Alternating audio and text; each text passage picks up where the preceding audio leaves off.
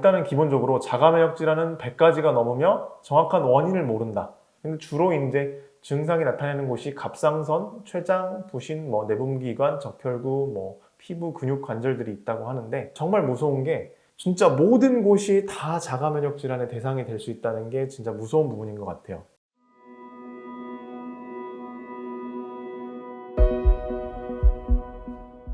안녕하세요.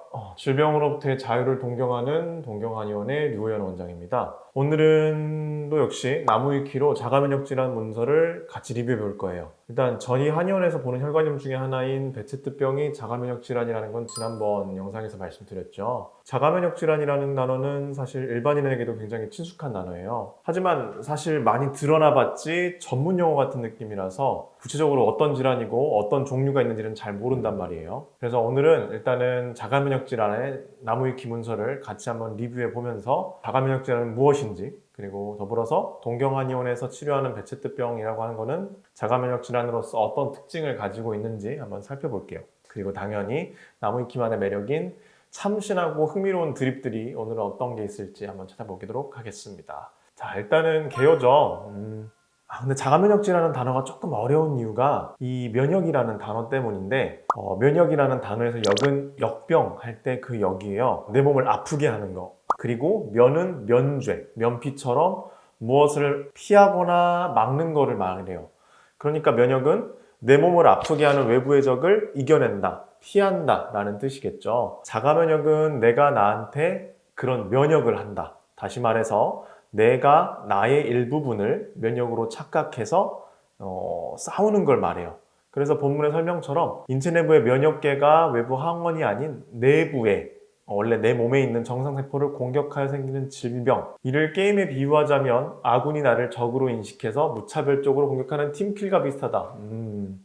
역시나 나무위키스럽게 게임에 비유해주는 좋은 재밌는 비유를 들었네요. 근데 제 생각에는 게임보다는 약간 전쟁에 비유하자면 이제 단순히 옆에 있는 아군을 공격하는 건 아니고 우리나라에 있는 무기고나 지원을 해줄 수 있는 민간인의 마을, 공장 이런 걸 이제 마음대로 공격하고 다니는 거예요. 그래서 지금 당장 전쟁이 일어난 것도 아닌데 이미 마치 우리 몸이 전쟁터가 된 것처럼 만들어 버리는 게 자가면역 질환이다 라고 생각하시면 좋을 것 같아요. 발병 원리를 보면은 일단은 우리 몸은 면역세포라는 것이 항시 위력순찰을 돌고 있다. 오늘의 주인공이죠. 이 면역세포. 면역세포라고 말하면 조금 어려우니까 조금은 더 친근한 백혈구라는 말로 좀 퉁쳐볼게요. 백혈구도 쉬운 단어는 아니지만 많이 알려져 있으니까. 우리는 사실 전혀 모르고 지내지만 건강한 사람은 보통 하루에 5,000개 정도 암세포가 생긴대요. 근데 그거를 이 백혈구가 매일매일 처리해주고 있기 때문에 모르는 거예요. 근데 암세포만 해도 그 정도고 정말 우리가 음식을 먹을 때 아니면 숨을 들이마실 때 아니면 손으로 얼굴을 만질 때 하루에 못해도 정말 수만 마리 이런 바이러스나 세균들을 우리 몸에 분명히 달라붙게 만드는데 이런 면역세포들이 항상 이렇게 다 없애주고 물리쳐주고 있는 거예요. 근데 이제 이렇게 고생하고 있는 면역세포들이 쉽게 말해서 번아웃이 올 수가 있어요. 좀 재밌는 표현인데 너무 고생을 한 나머지 지쳐버리고 눈에 뵈는 게 없는 거죠. 눈에 뵈는 게 없다 보니까 원래는 암세포나 세균들만 공격해야 되는데 이제는 아무나 다 붙잡고 공격하는 이런 자가면역 질환이 그래서 생긴다고 저는 생각을 해요. 그래서 이론적으로는 인체의 모든 장기와 조직에 걸쳐서 이런 이상 자가면역 질환이 발생할 수 있고, 근데 주로 이제 증상이 나타나는 곳이 갑상선, 췌장, 부신, 내분비관, 적혈구, 피부, 근육, 관절들이 있다고 하는데 이게 그냥 쭉 나열했지만 정말 무서운 게 진짜 모든 곳이 다 자가면역 질환의 대상이 될 수 있다는 게 진짜 무서운 부분인 것 같아요. 자, 그리고 발병 원인을 볼 건데요. 일단은 기본적으로 자가면역 질환은 100가지가 넘으며 정확한 원인을 모른다. 그죠?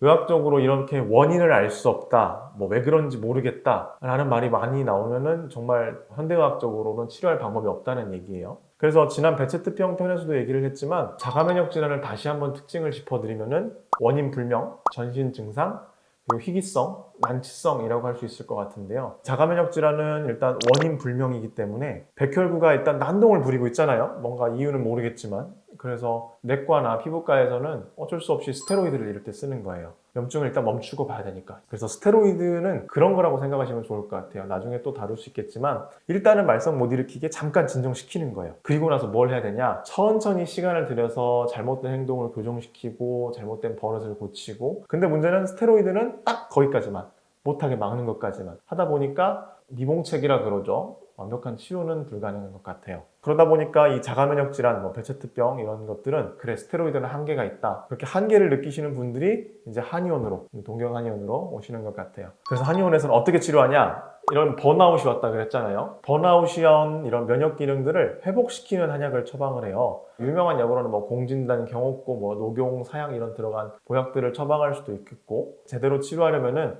직접 환자를 보고 환자가 어떤 증상이 어떻게 나타나는지, 원래 몸 상태는 어떤지, 체질은 어떤지 이런 것들을 파악하면서 종합적으로 면역세포가 과열될 수밖에 없었던 것들을 진정시켜 주시고 회복시켜주는 그런 한약재들을 여러 개 배합해서 처방을 내립니다. 물론 환자 본인의 생활습관 개선과 운동, 수면, 음식 이런 것도 병행되면 좋겠죠. 그리고 일반적으로 여성의 발병 위험이 남성보다 큰데 미국의 자가면역 질환의 환자의 75%는 여성이라는 연구 결과가 있다라고 하죠. 대부분 자가면역 질환은 여성에도 호발한다고 저도 알고 있어요. 근데 이 정도로 차이가 나는 줄은 몰랐네요. 여성은 아무래도 이제 호르몬의 주기가 있다든지 임신 등 이런 이유로 면역 체계가 남성에 비해서 조금 더 컴플렉스하고 좀 복잡하고 예민하다고 볼 수 있을 것 같아요. 오늘은 전반적으로 문서 수준이 많이 높은 것 같아요. 단점이 하나 있다면 확실히 정보가 좀 수준이 높을수록 재미랑은 좀 반비례하는 것 같아서 살짝은 아쉬우려고 합니다. 자, 생활습관, 영양상태, 주변 환경 등의 기본적인 환경적 요인 외에도 감염 경험, 약물, 호르몬 변화, 흡연 외상, 자외선 등도 관련 요인으로 많이 지목된다. 그죠? 정확한 원인이 없는 질환일수록 이런 생활 환경적인 요인들을 많이 꼽고는 해요. 정확하게 이제 수치로 나타낼 수 없기 때문에. 그래서 치료를 하실 때에도 환자분들한테 약으로만 다 하려고 하지 마시고 이렇게 요인이 나오 있는 환경적 요인들, 생활적인 부분들도 이제 같이 저희도 짚어드리면서 이제 치료를 같이 하도록 하죠.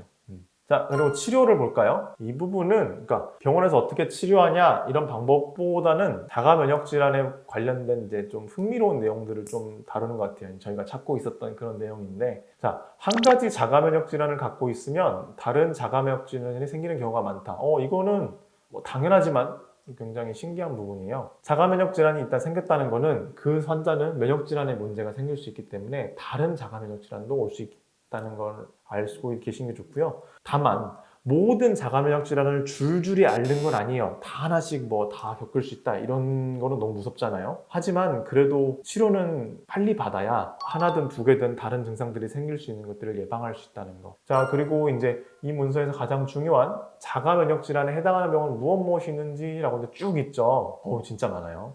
베체트병 5번째 있네. 여기 있네요. 꽤 상단에 위치하고 있는 거 보면은 좀 자가면역 질환 중에서는 중요하고 흔한 편인 것 같아요. 자, 쭉 보면은 정말 많지만 원인은 똑같아요. 번아웃이 온 면역세포, 백혈구. 그리고 이제 어디가 공격받았느냐에 따라서 이렇게 이름들이 달라지는 거예요. 정말 다양한 부위가 아까 말씀드린 것처럼 공격당할 수 있는 건데, 무릎, 팔, 손가락 이런 관절이 공격받으면 류마티스 관절염, 이자의 랑게르한스 세포라 그러죠. 그쪽이 공격받으면 일형 당뇨병, 인슐린이 안 나와요.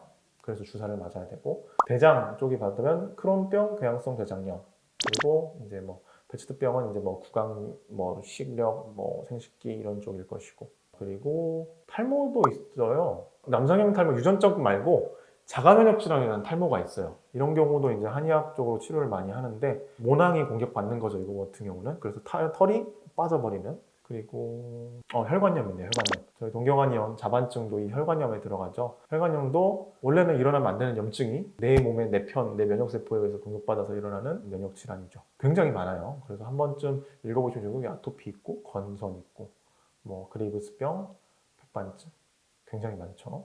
근데 오늘은 이제 베체트병에 이어서 저희 한의원에서 보는 베체트병 그리고 다른 면역 질환들, 자가면역 질환이 과연 뭐일지, 그리고 나무위키에서는 얼마나 흥미롭고 그리고 좀 쉽게 설명을 해주고 있을지 좀 살펴보았는데요. 설명이 정말 자세해서 일단은 좀 오늘도 놀랐고요. 리뷰하다 보니까 다음 주제들에 대한 아이디어도 조금 떠오르는 것 같아요. 예를 들어서 이제 양방에서는 스테로이드밖에 없다고 하는데 나무위키의 스테로이드 문서에는 그런 문제점이나 부작용 아니면 한계점을 어떻게 설명하고 있는지 한번 같이 얘기해 보면 좋을 것 같고요. 또 아까 있었지만 백반증이나 건선 그리고 혈관염 중에서 이런 증상들이 베체트병처럼 혈관이나 피부에 똑같은 문제가 생기거든요. 그래서 그런 관련된 이런 유사한 질환들의 나무위키 문서도 또 한번 같이 리뷰해보면 좋을 것 같다는 생각이 들었습니다. 오늘도 감사드리고요. 저는 그럼 다음 영상으로 찾아오도록 하겠습니다.